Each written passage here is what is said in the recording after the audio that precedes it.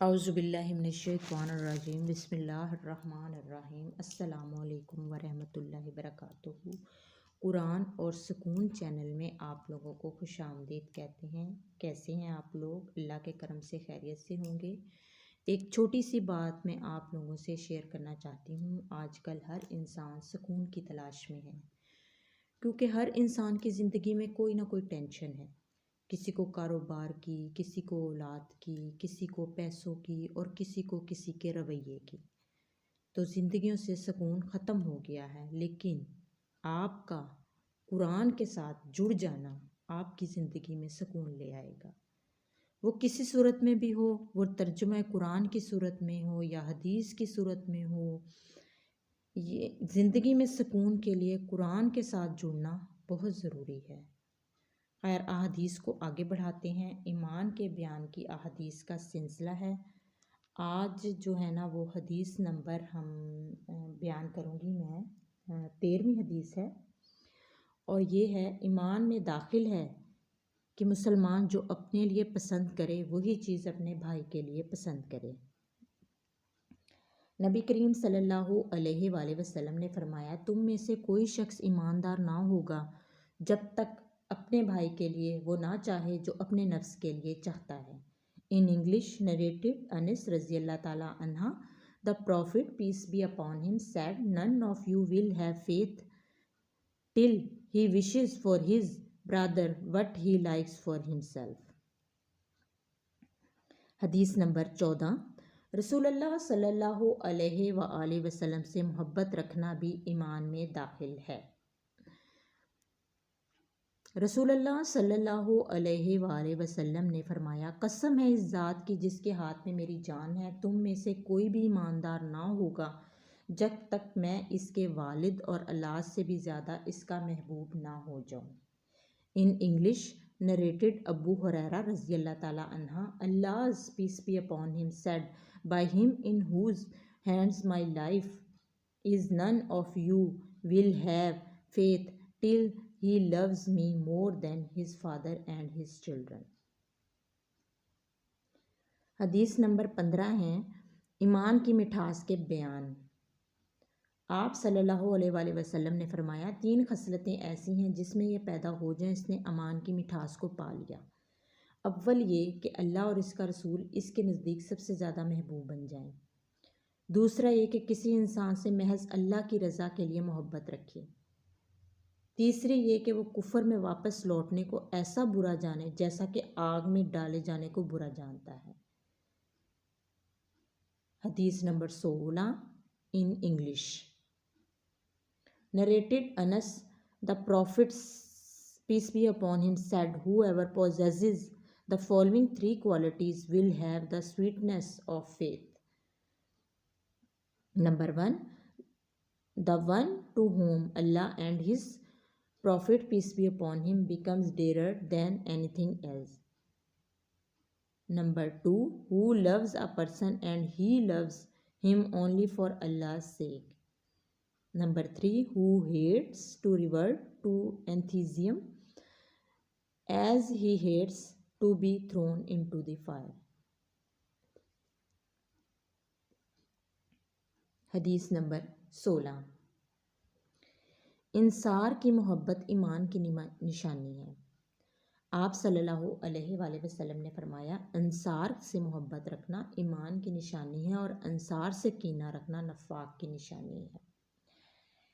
ان English narrated انس رضی اللہ تعالیٰ عنہ، the prophet peace be upon him said, love for the Ansar is the sign of faith and hatred for the Ansar is the sign of hypocrisy۔ حدیث number 17 ہے۔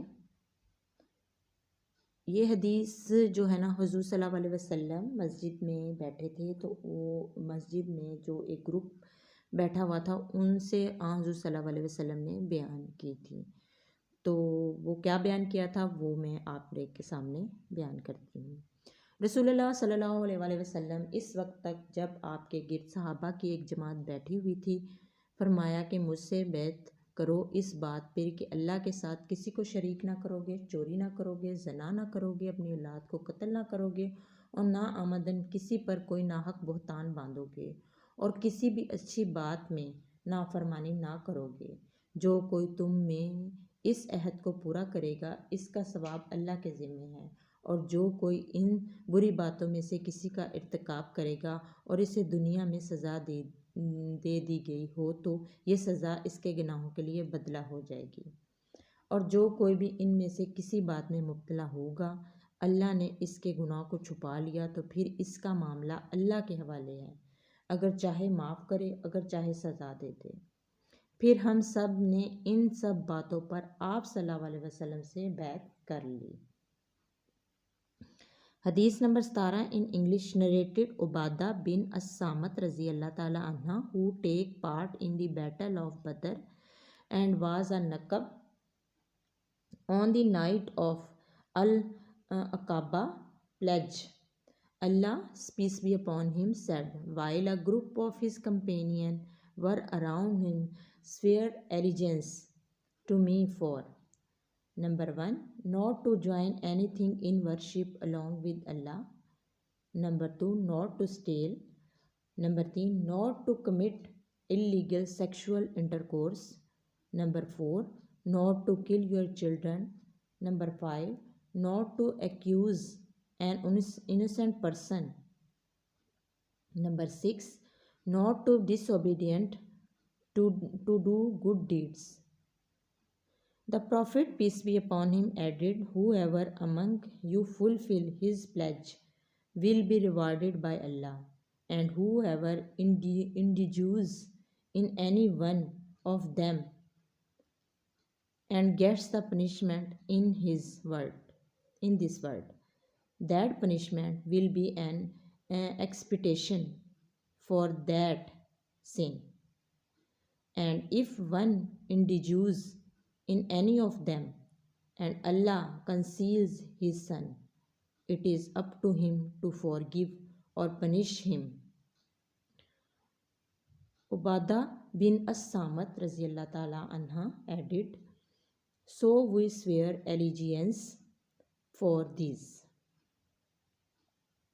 حدیث number 18 فتنوں سے دور بھاگنا بھی دین میں شامل ہے۔ رسول اللہ صلی اللہ علیہ وآلہ وسلم نے فرمایا، وہ وقت قریب ہے جب مسلمانوں کا سب سے عمدہ مال اس کی بکریاں ہوں گی، جن کے پیچھے وہ پہاڑیوں کی چوٹیوں اور برساتی وادیوں میں اپنے دین کو بچانے کے لیے بھاگ جائے گا۔ Narrated Abu Saeed al Khudri Allah's peace be upon him said, a time will come that the best property of a Muslim will be sheep, which he will make on the top of mountains and the places of rainfall, so as to fill with his religion from the afflictions. صدق اللہ العظیم۔ Video کو and تک ضرور دیکھا کریں اور like, share اور subscribe ضرور کیا کریں۔ دعاؤں میں یاد رکھیے گا اور اللہ تعالیٰ آپ لوگوں کو اپنے حفظ و امان میں رکھے۔